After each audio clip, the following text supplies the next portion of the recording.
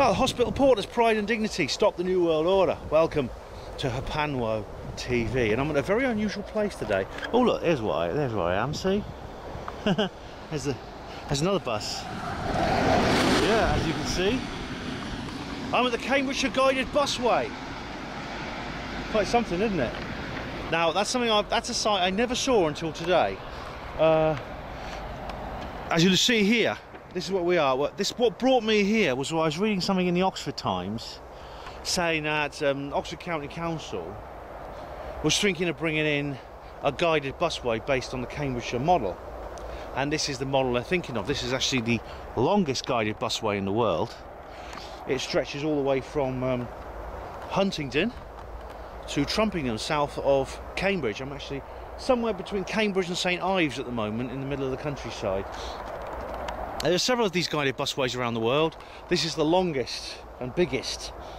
So we could be seeing this kind of thing in Oxford. Now, if I didn't know, if I came across this and I didn't know what it was, someone would have to tell me, and there was no buses around, someone would have to tell me. It looks to me like an old railway line or something. That's what it resembles, with all the rails taken off and everything like that. But it is actually a guided busway. It was built in this configuration here, so it's quite something. Anyway, there are two guided sections on this bus route, and they make up a total of 16 miles. Now, as you saw from the title sequence of this film, and also from what I just showed you, the bus I just showed you, there'll be probably some more along in a minute we can look at. A guided bus it's a passenger vehicle. And it looks like an ordinary VIP bus. It's powered by a conventional diesel or electric engine, has normal wheels and chassis, as you saw, and it looks outwardly, for the most part, it looks like any other bus. The only difference is it can be steered by external means rather than by the driver turning the wheel. And there's several different systems involved in this, actually. This is not the only one. This is the most common sort. This is called curb guidance, and the buses that use this route actually have a second pair of wheels. They're called jockey wheels, and they're mounted on the side of the bus facing outwards. And I'll just show you that now, because I'll just find a bus and show you. And there's that little wheel. And as you can see, yeah. It's now a perfectly ordinary bus. Just has these little wheels at the side there, see? Little small wheel down there. And that's the only difference between... And that's the one and only difference between a normal bus and a guided bus. Right, we're going to head for Drummer Street. Right, here we are. And these types of buses are getting more popular. These ones in Cambridge and the Cambridgeshire area it's the biggest and longest, most ambitious system in the world. But they also can be found in Germany, in Japan, I believe, in Russia, several other places, various different types of guided buses. I'll tell you what, I'll have a look at Wikipedia. Oh, I got trapped down a bit of a wiki hole when it came to guided buses. Here we go. This is the page on Wikipedia about them.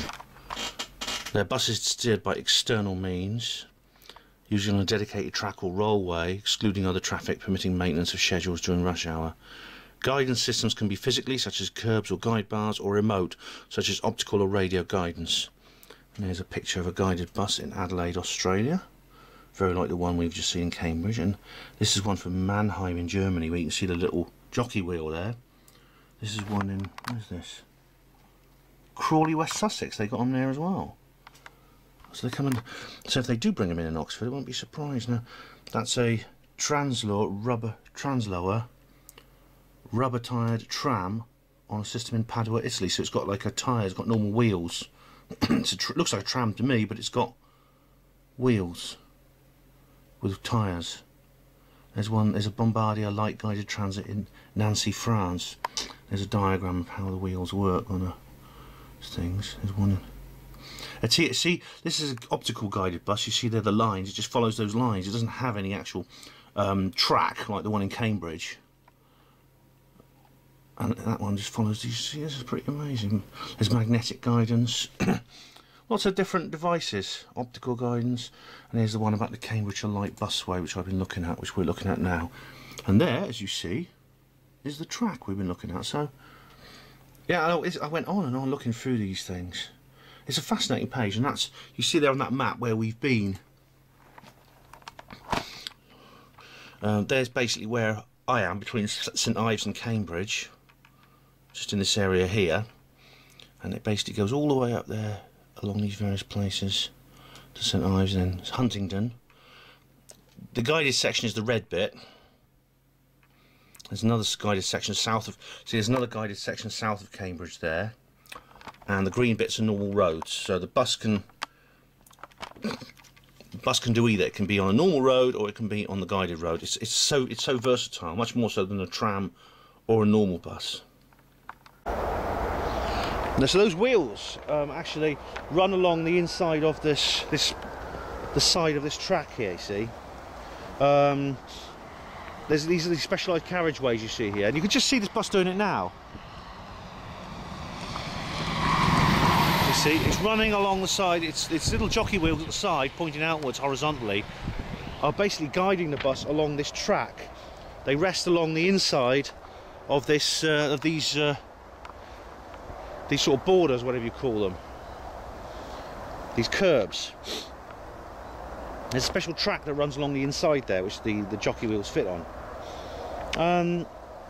So, I mean, in role and function, these buses are very different. They resemble, you know, they're not like normal buses. They actually resemble in role and function trams or light railways. And the only difference is that the guided bus is far more versatile, because it can retract the guide wheels, those little jockey wheels at the side, and drive on ordinary roads as well, as you saw, where they're just manually controlled by the driver using a steering wheel like any other bus. Now that's not the only type of this particular type of this curb guidance system is not the only type there is. There are more sophisticated guided buses which are very, very different. The systems they use are very work differently. There's no extra wheels and there's no track like this one.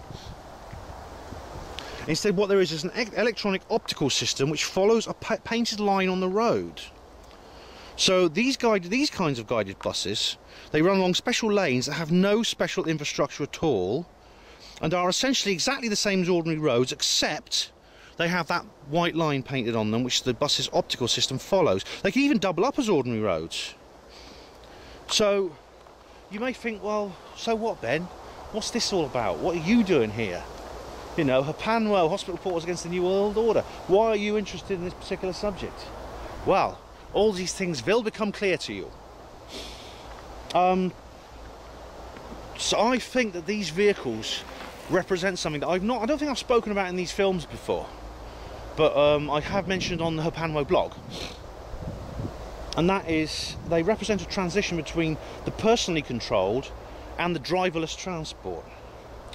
And I'll tell you a little bit more about driverless transport in a minute, because that's very interesting too. Now, the driverless cars I'll come on to in a minute, but like driverless cars, these guided buses have advantages. They're many advantages over normal buses. They're faster, they're safer, they're easier to use, they're more fuel efficient. And in a way, it's perfectly understandable that the planners at Oxfordshire County Council are considering installing them, just like Cambridge. I mean, God knows Oxford doesn't want to get beaten by Cambridge on anything, does it? No, they're the other place, as they call. Well, I'm not a university chap, but they call it the other place in the university. So I can understand them in that sense, that they're considering installing them. But the general trend that these guided busways represents does concern me. It does indeed, for reasons I'll explain. Now, a bus I know is not personal transport, okay, but what works for buses could easily be adapted for private cars, maybe even motorcycles.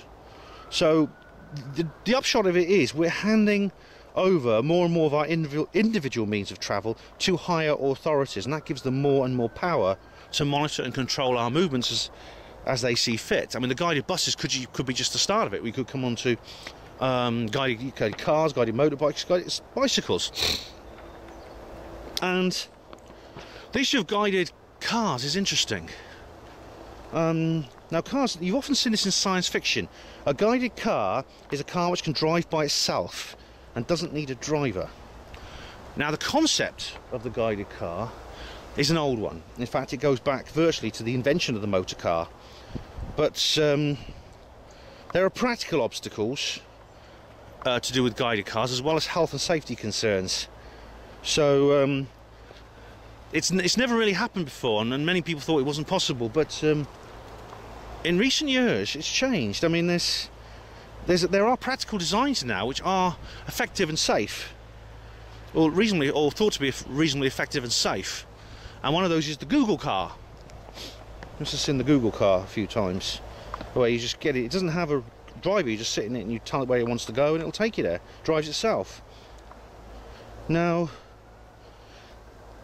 you might think it sounds. I mean, it's deceptively easy driving, because of course humans can very easily learn to drive, and aircraft and ships have automatic controls and have done for many decades. But automating a car is far more difficult. It requires very sophisticated electronics to reproduce the cognitive processes of driving, both in terms of safety and in terms of usefulness.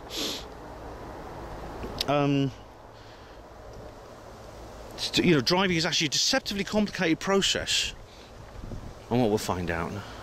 I've got this sort of footpath runs along the side. This footpath, I think, goes all the way to Cambridge. I've seen bike riders and joggers and strollers and everything like that.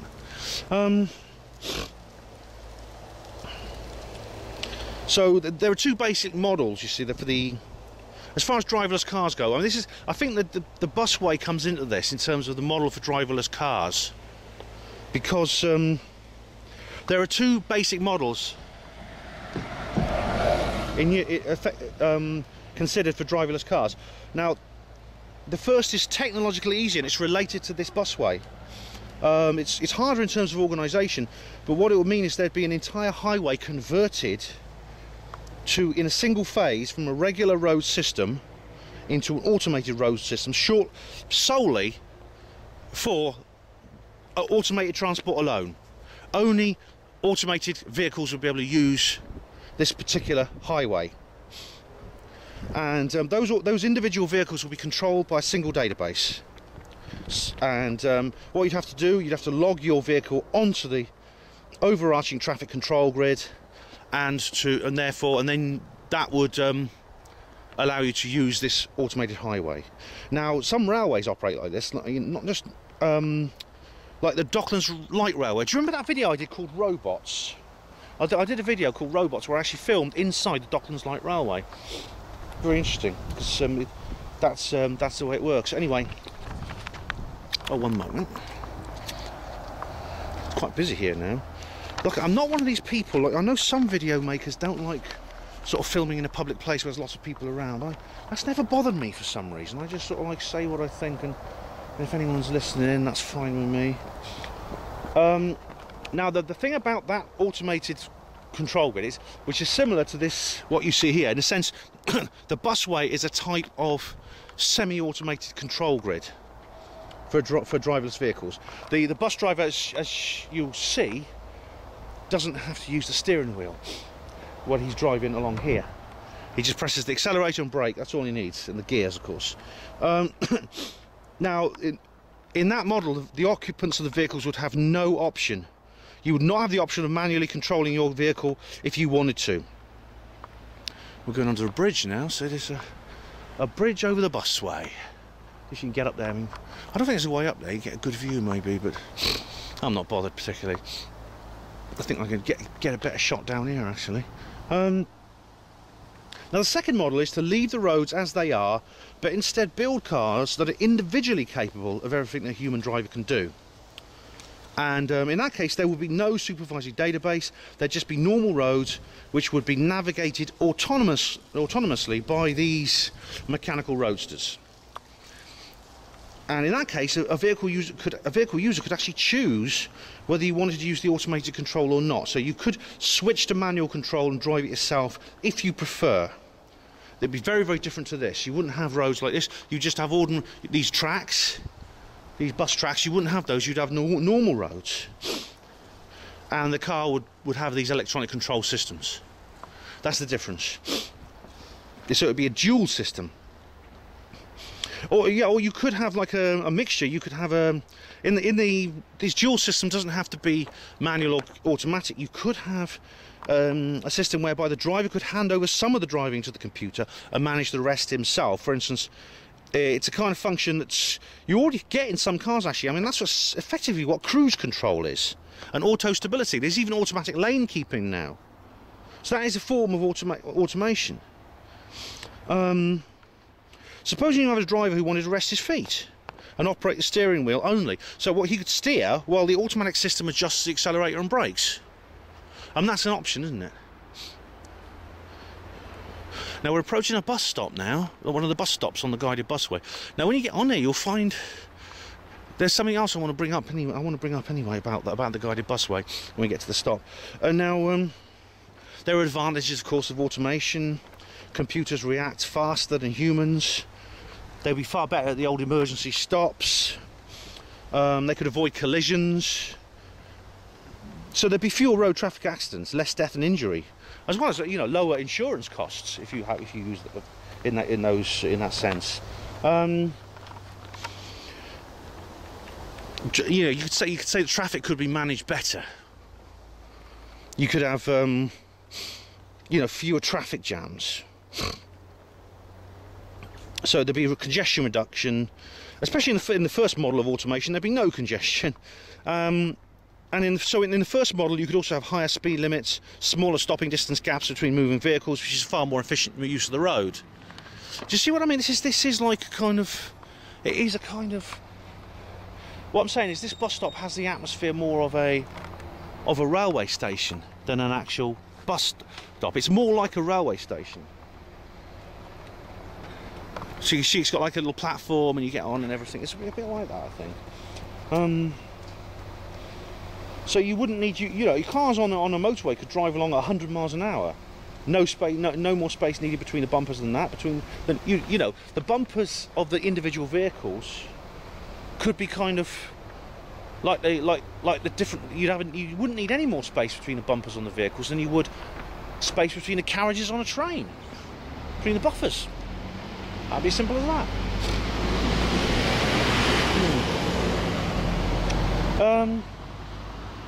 And many car travellers, I mean, being excused from the chores of driving might be quite nice. You could relax and play a game. In fact, I'll probably illustrate this article or illustrate this video on the Hapanmo TV blog post with a picture that dates back to the 1950s. It actually shows people sitting in a car, the car's driving itself, and they're just sitting around like a table playing a game. You could even go to sleep in your car. You could have a little bed. You could set the alarm for when you get there and let the car drive. You drive to Glasgow overnight or something. Imagine it. And you wouldn't need qualifications. Children could drive, blind people. Also, you could get as drunk as you like down the pub, and you could drive home without any additional danger, except falling over while stepping out onto the pavement. Now, if you're in an urban location, you wouldn't need to hunt for parking spaces, which is always a bit of a bane when you're travelling around a town, isn't it? You could, what you could do is you get your car to drop you off, and drive home and come back later.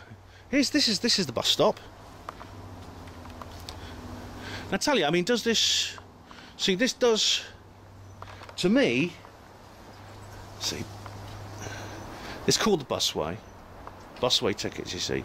It has more of the atmosphere of a railway station than a bus stop. That's how I feel about it, and that's very interesting. Anyway, like I was saying, yeah, you could get your car to drop. The car could drop you off, drive home and come back later, or it could just cruise around the block for a while till you need it again. You wouldn't need a parking space for it, no big car parks. You could pre-arrange to meet it at a particular time, or you could summon it using a radio signal. You could even go shopping and the car could take itself in for its MOT and come back later and pick you up. It'd be brilliant.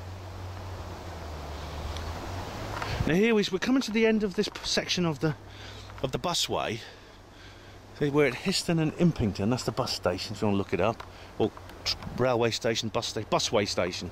We're coming to a point now where the busway is actually meeting, the guided busway is actually meeting the normal road. So this is a car trap, right? Because cars can't drive down. This is to stop cars driving down here. So it's called a car trap. Go around the bike sheds here and let's have a look from this side. See, there's traffic lights. It's a controlled junction here, effectively like a normal road junction. It's sort of cross between a road junction and level crossing. There you are, car trap. Don't get your car trapped on that. No, you don't get your car trapped on that. There was an incident actually where a lorry drove down here by mistake. Yeah, what's that say on that sign over there? Warning against trespass. It's a criminal offence to trespass on the guided busway. Right. That's telling us. So there you go. A lorry drove down here once on one of these busways here, somewhere in the Cambridgeshire area, and it's quite funny. It's must have been a bit of a laugh. He had to back up and come out again. The police had to be called. Just did it by accident. Apparently, sat-nav took him down there. So here we are. This is a junction between the tracked guided busway and the normal road. So you go across this junction and the guided track carries on over here. So this bit is just normal. This is just normal roads around here. See, no entry except guided buses. And there's the station, stop, whatever you call it, going the other way in the distance there. See? Yeah. And that there is a normal bus going along a normal road. That's not a guided bus. Doesn't have the little wheels at the side, but a guided bus can double up as a normal bus, as you saw. Here comes another one. You see, he's coming off the trackway there. See, what is? We've got a red light now, but the bus comes off the trackway there, goes across onto the next segment. So it's quite clever actually. Yeah. See little wheels there. Little wheels at the side. So it goes onto the next. See, there it goes onto the next trackway. If you wanted to, you could just turn left or right and go on a normal road. Very, very versatile. Anyway, see, I think there's a dark side to all this stuff, and that's why I'm here. That's why I've come all this way to film you this busway, right? I know there's. I mean, I like the advantages of it. I mean, there's this. I can see the advantages, but there's something about this that's made my conspiradar light up.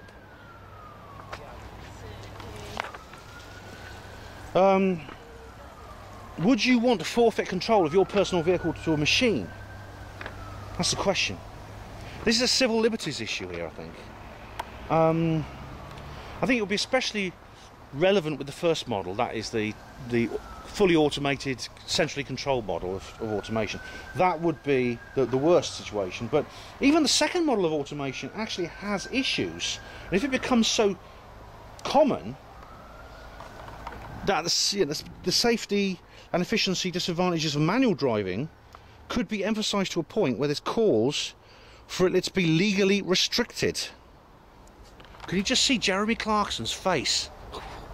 But Arthur C. Clarke actually wrote a book called Profiles of the Future. He wrote it in 1961. There's a bus coming. I'll catch the next one. I'm still filming. He wrote it in 1961, Profiles of the Future, where he actually foresaw a possibility where manual driving on a public highway could become illegal.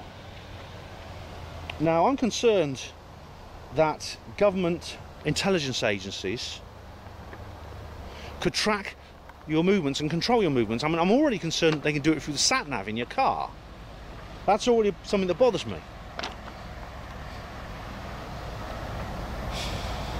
Now with automation it would be very different. They wouldn't just track you, they could take over the controls.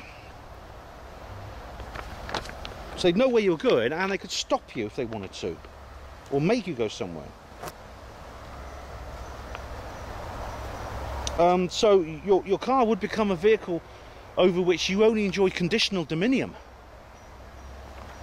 It wouldn't be what it was before, a free, completely unrestricted, unregulated, personal means of speedy transport.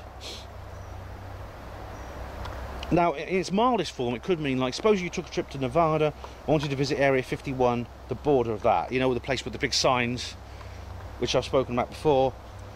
Supposing that it was arranged that you could not do that because the automated system wouldn't let you drive down Groom Lake Road. So you'd have to stop at the black mailbox and go back to the Little Alien and stuff like that. This is what I mean. This is one of the dangers. So it's there's bikes coming up and down here all the time. The database could lock you out of any unauthorised area. You couldn't drive down any unauthorised road.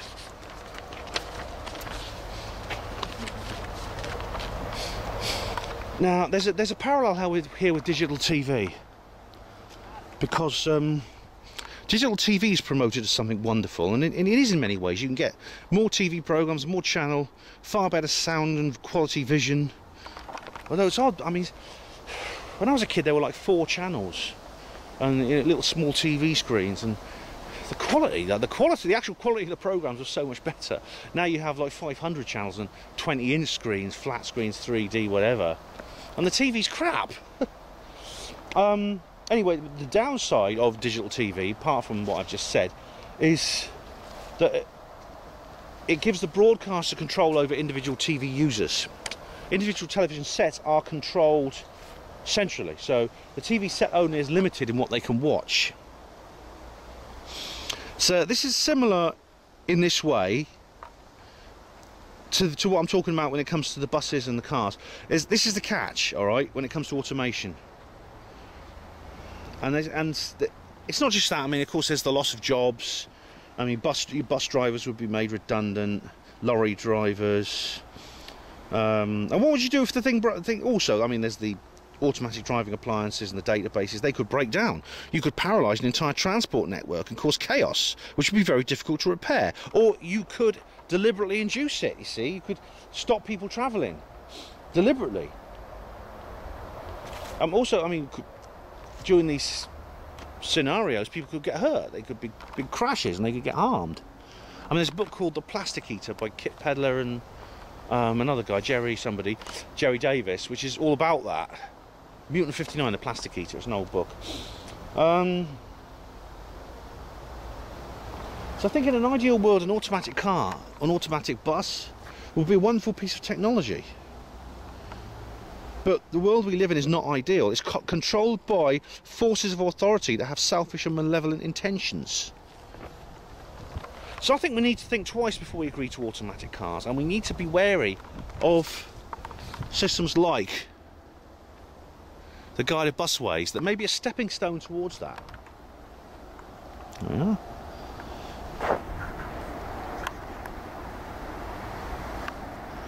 Makes you think, doesn't it?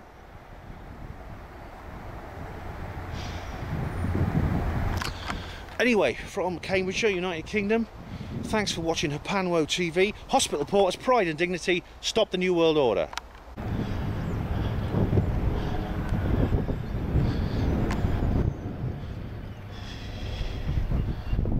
Oh, Cambridge.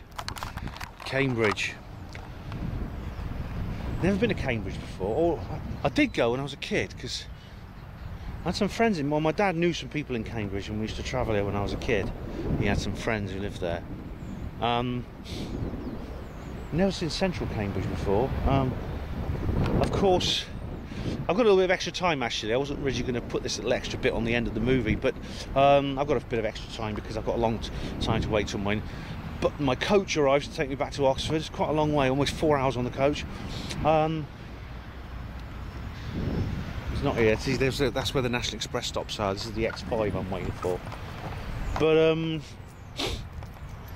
so I've got a little. So I thought I'd do a little quick shoot here just to give you my impressions of Cambridge.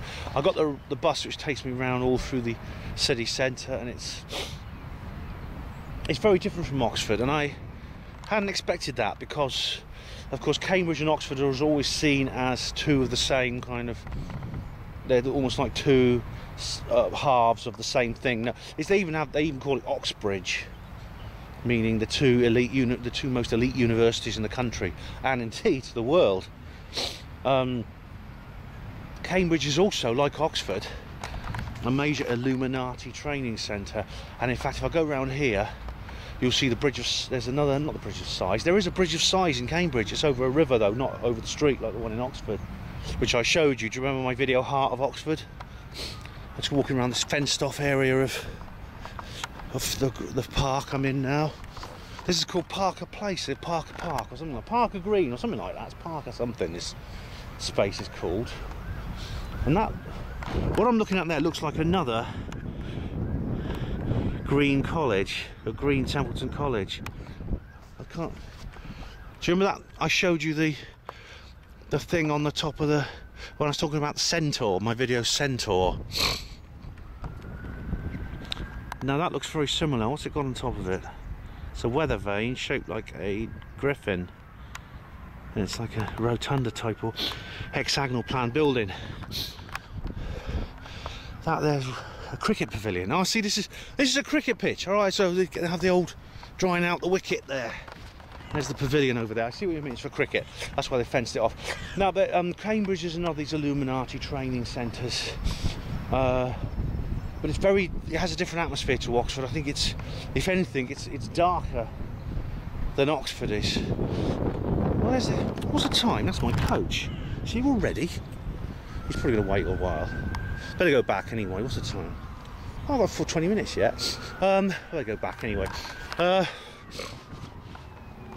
No, but it's got a different feel to Oxford, and you'd think that it would be the same, but it's not. It's darker. It's got a darker energy, just based on this one visit I've made here. So that's not definitive, but there's definitely something about the place, and of course, Cambridge is famous, especially for its science. Well, Oxford has its fair share of scientists as well. I think Cambridge tends to top Oxford when it comes to science. You have people like Stephen Hawking, and Cambridge is here, the Lucasian Professor of Mathematics, which a job was originally done by Isaac Newton, who was also a Cambridge man. Cambridge, I think, started about the same time as Oxford, around about sometime in the 10th century, so it's almost 1,000 years old, the university. Oh, I'm going to get my coach home.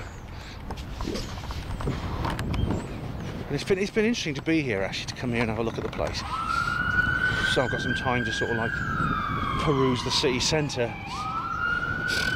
But of course, I mean, the rivalry between the two sides is famous. It's the boat race, various things like that. It's rather like, if you're in America, the Ivy League. You have Yale and Harvard and all these other. He's not going already, is he?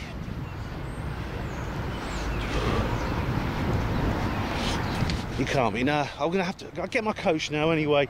Thanks for watching. Hospital Porters, Pride and Dignity. Stop the New World Order.